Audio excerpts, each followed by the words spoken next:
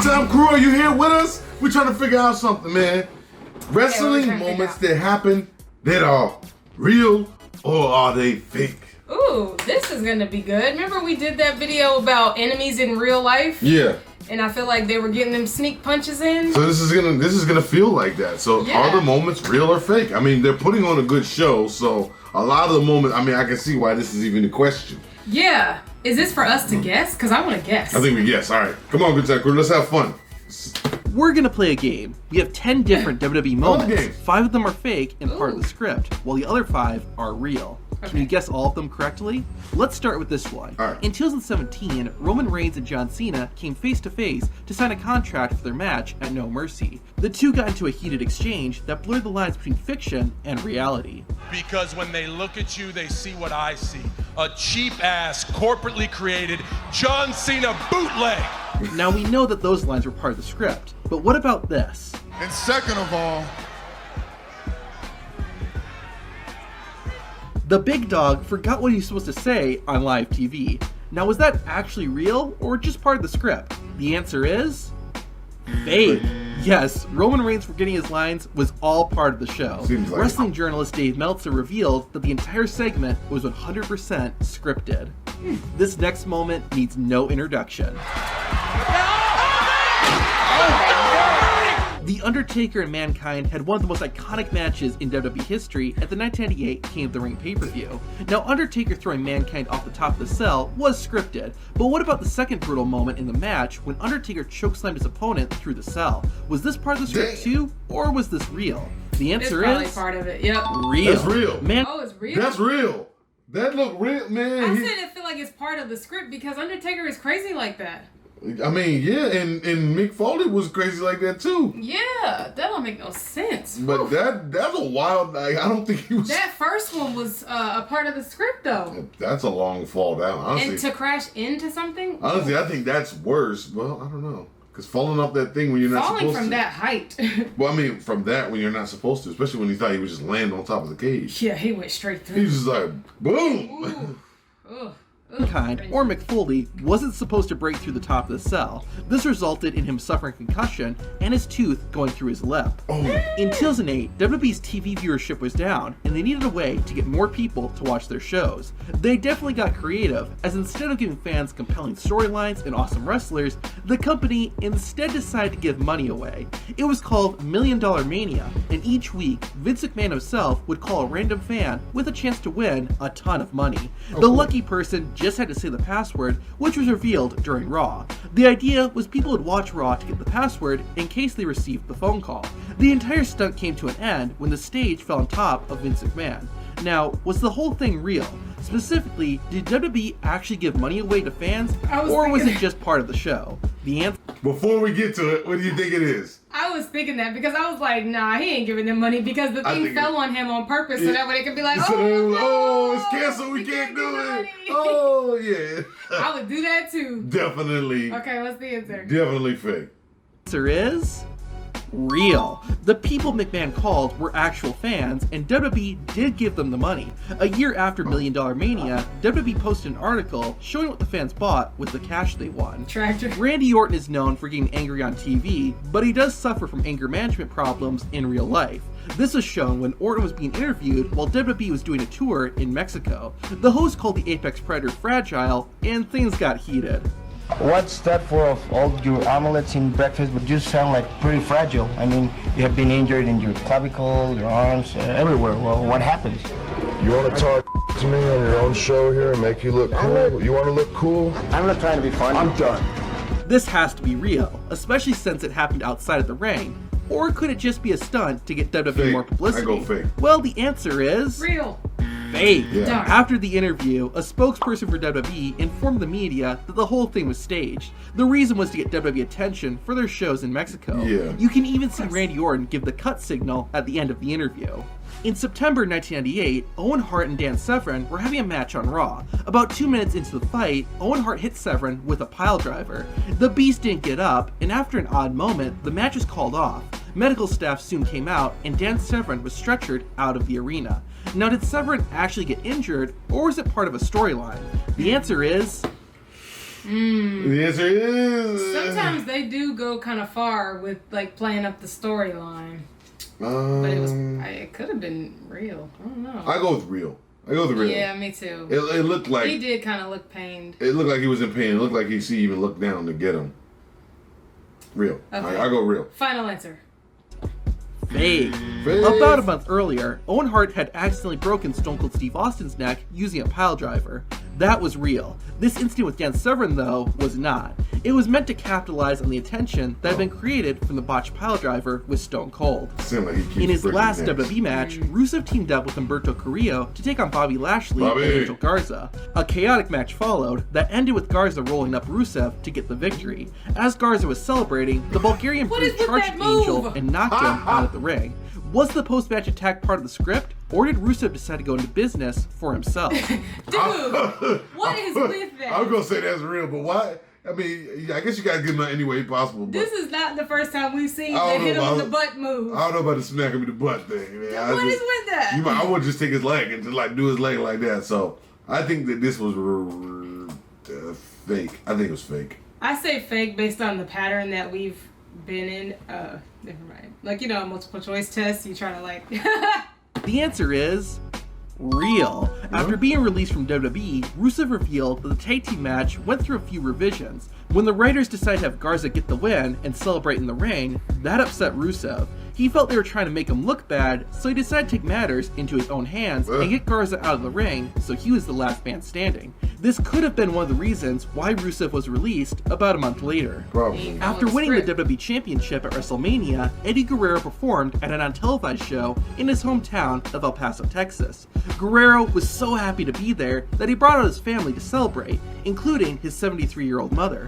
The celebration was cut short when Eddie's rival, JBL, came out. JBL attacked Guerrero and then approached the WWE Champion's mother. He put his hand on the woman and she immediately collapsed to the mat and began having a heart attack. JBL seemed legitimately surprised at what happened and soon left the ring.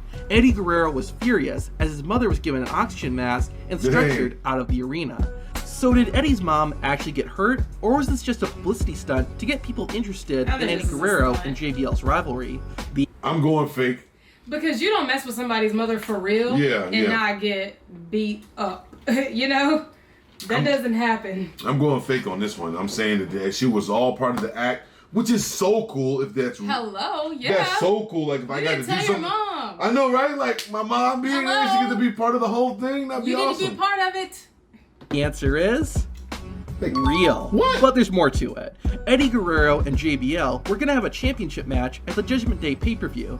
Ticket sales were low, so to get fans interested, WWE decided to pull a stunt where JBL would give Eddie Guerrero's mother a heart attack in front of a hometown crowd. However, due to the excitement, Mrs. Guerrero's blood pressure rose and she ended up suffering a real heart attack and nearly died. Whoa. This was revealed by Bruce Pritchard, a WWE producer who was at the event. She couldn't get her breath. She couldn't get anything. And the doctor's like, she's having a heart attack. Well, while we're at the ring, I'm like, well, hey, good acting, doc. But he wasn't acting. She wasn't acting. And Eddie Guerrero sure as wasn't acting. Triple H was part of the infamous curtain call incident in 1996, where he, Shawn Michaels, Kevin Nash, and Scott Hall would all break character in front of the fans. It's been well documented that Triple H was the only one punished because of it, being forced to lose matches and by having opportunities taken away. However, a few years after the incident, Triple H was being interviewed by Jim Ross. The game snapped and seemed to speak his mind. Every time I look at you guys, it makes me sick to think what you did to me, holding me back. Was WWE trying to make it look like the game was speaking his mind, or did Triple H really decide to go off script? Fake. The answer is...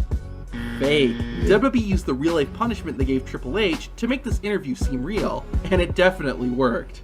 CM Punk and Triple H were set to clash at the 2011 Night of Champions pay-per-view. On the last Raw before the event, Triple H and Punk exchanged words with each other. The two got pretty heated, and it didn't feel like a fictional wrestling storyline. Then, at one point, CM Punk said this. And Triple H grabbed a second mic, but that one went out as well. So did CM Punk actually go off script when he started dropping their real names, or was this just to make the rivalry feel real? That's a good one. Honestly, if it was fake, he did a really great job. Because I remember watching this clip. I think it was real. And I think they cut him off. Yeah, they probably, if it's real, they probably knew once you get to a certain point, you start mouthing off. They're like, all right, here it goes. All right, cut him off. You got another mic, cut it off. Yep. No, he's done. You're done. You're not getting a good mic. But they're so good at staging things that it could have been fake. It could have been fake. Gosh. Let's find out. Okay. The answer is... The answer is fake. After CM Punk's famous pipe bomb that he had done a few months before, Punk became a rebellious character that blurred the line between fictional storylines and reality. This was another attempt to blur that line, but it was 100% scripted. Tough Enough was a reality TV show where ordinary people would train and try to become WWE wrestlers. During one episode, the Tough Enough contestants and some actual WWE wrestlers were put into a 4-on-4 tag team match. One of the contestants, a man named Matt Capitelli, was in the ring with Hardcore Holly. Holly then began beating up Matt for real and actually hurt him. At least, that's what the show said. Were the injuries Matt Capitelli suffered, or was this thing staged to try and get more people to watch the show? The answer is... real. Yeah. Hardcore Holly decided to take some liberties and actually injured Matt Capitelli. Holly would say he wanted to show Capitelli how tough wrestling can be and to see if Matt was prepared for it. Other people say Hardcore Holly went too far and it wasn't called for. If you want to see some I know you saw that. Yo! He got him solid, like in the nose. And, show him how tough he can actually be, man. He's whooping it's the not dude. supposed to be like that. You're supposed to protect the people. He's whooping his behind. Like it was that last one, that last stomp. Yeah, it was my God. It was like slow motion, like. Wait, play it again. I'm about to say I had to play the whole. I want to see the rest of that again too. He was tripping. Holly would say he wanted to show Capitelli how tough wrestling can be and to see if Matt was prepared for it. Other people say Hardcore Holly went too far and it wasn't called for. Dang! If you want to see some WWE secrets that are hiding right in front of you, watch this video on screen. Wow. That is insane. Do you want to see that again? Wow. Yeah, I'm gonna watch it again later. Whew. Jeez. Let's talk about saving the best for last. Calm down, bro. Like, But you know, I mean, it's I like they get it, said. but man, that is overboard. But you know what it is? I forget who they were talking about earlier, but they said he actually has anger issues. Like Randy Orton. Temper issues. Yes. Off camera. I think a lot of people do. I think a lot of people use this as an outlet, and the ones that are taking it too far are the ones that really have an issue. You know what I mean? Yeah. And how sad was that thing with Eddie Guerrero's mother? That would hurt my feelings so bad if my mom was supposed to be a part of a bit and she started having a real heart attack. I mean, the woman is what, 70 something? Was this 79? Yeah, 77. Okay, yeah. Like she's 79. Like, come on, that's like very seasoned. Like, yeah, and she was probably happy to be a part of it and probably excited, but all the excitement and the nerves mixed in with it really happening, because it probably had nothing to do with what the guy was doing. It's probably, I mean, you're 79, your heart has been beating for 79 years, and now you've had an extreme rush of adrenaline. Yeah, and now excitement. all these people are here. It's the first time you're out on stage in front of all these people. You're on national TV. It's like, and then you're just like, oh shoot. Like, that is not even funny. Like, it all hits you at once, because I feel it when we get on stage and when we're on TV and when we're doing stuff like that. Like right before we go live on TV, I feel my heart beating sometimes because I don't want to mess up. Yeah. So I can only imagine if I was 79 and I didn't do this for a living and my heart was already beating. Wow. So good on her. I'm glad she made it through that. I am too. I feel like it's one thing if you've been doing it forever, like Mae Young, for example, you know what I mean? Right. But I think the part that was really sad to me was, I'm like, if she really had died, I mean, all for the job to increase viewers and sales. I think I would resent the industry forever for something like that. Well, Eddie Guerrero didn't make it either. I'm just saying. Yeah. Like, but no, in that moment. Oh yeah, in that moment. If that had happened, in that moment, yeah. Like, I would have resented everything about. I mean, because it literally at the bottom line, it was for your job. Like, that's what it comes down to. That's true. Well, that was cool. Yeah. Well, Mom, if you ever want to come on our YouTube, it's not as stressful. No. But we welcome you. We welcome you, and the people are nice mostly. Yeah, people will love you. Right, guys? Right, guys? Right, guys? Wouldn't you love his mom? She's fun. She's a good time. Totally fun. Anyway, guys. Let's do this again sometime, guys. How about tomorrow? Because it's every day, bro. Every day. Did you guys get these bro. right? Did you guess every them? day, bro.